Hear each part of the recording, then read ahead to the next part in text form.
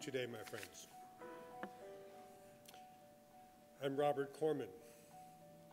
I call you my friends because we share the privilege of spending time with Gus, who knew to his core that true friendship is about candidness and directness, the warmth and the willingness to support, the willingness to disagree, and the patience to find clarity together.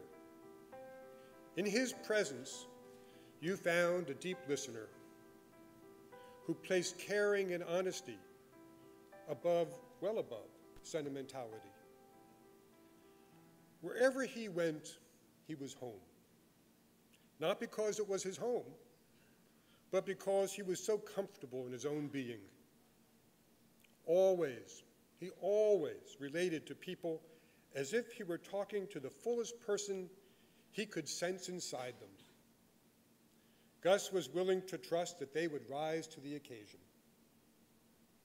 We met in 1978 when I took the reins of the Fund for New Jersey, where he served as a trustee for nearly 3 decades. Early on, Gus gave me advice. He wanted me to succeed. One day, early on, he told me that I was not his first choice for the position. You see, his honesty and candor with me made it easy for him to be truly present and establish a relationship with me. Such honesty was most instructive and a great place to start a friendship that continued far beyond my 11 years at that foundation. Gus Heningburg used information and data with quiet objectivity, even while he held deep passion for what he thought was important.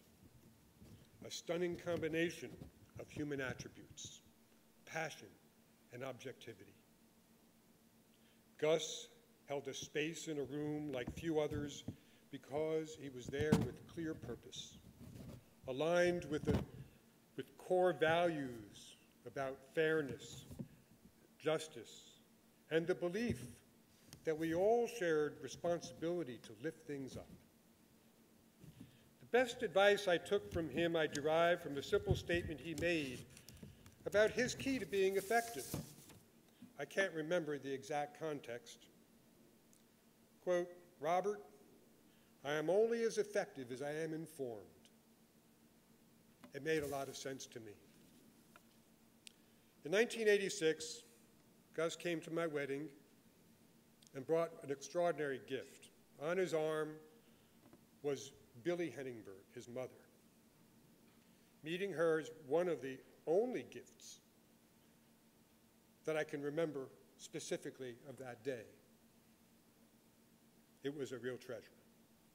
I was born and raised in this city and was bar mitzvahed by Gus's friend, Rabbi Joachim Prinz, at Temple B'nai Abraham, now Deliverance Temple, 621 Clinton Avenue. A round, wonderful structure like the one we sit in today. As a young rabbi, Prinz led a fight against the rise of the Nazis in Berlin and then escaped to America.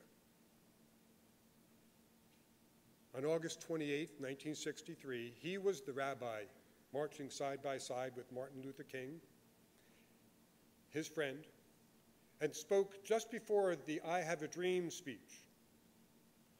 Gus told me that Joachim's speech was every bit as important as Dr. King's. I was a bit surprised, but I went and read it.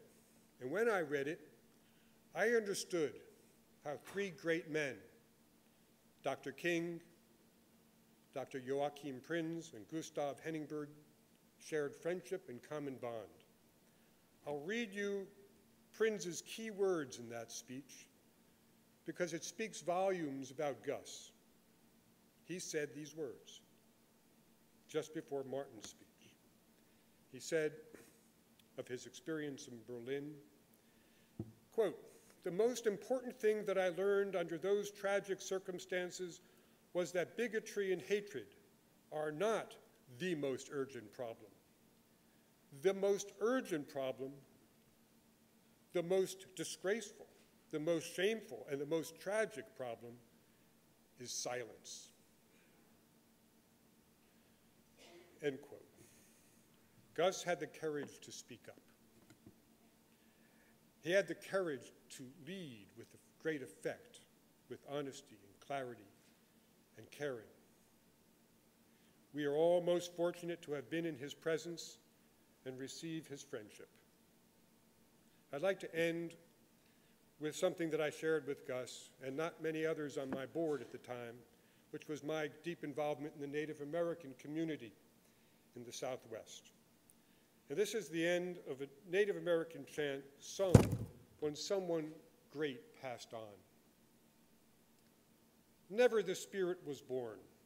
The Spirit shall cease to be, never. Never was time, it was not.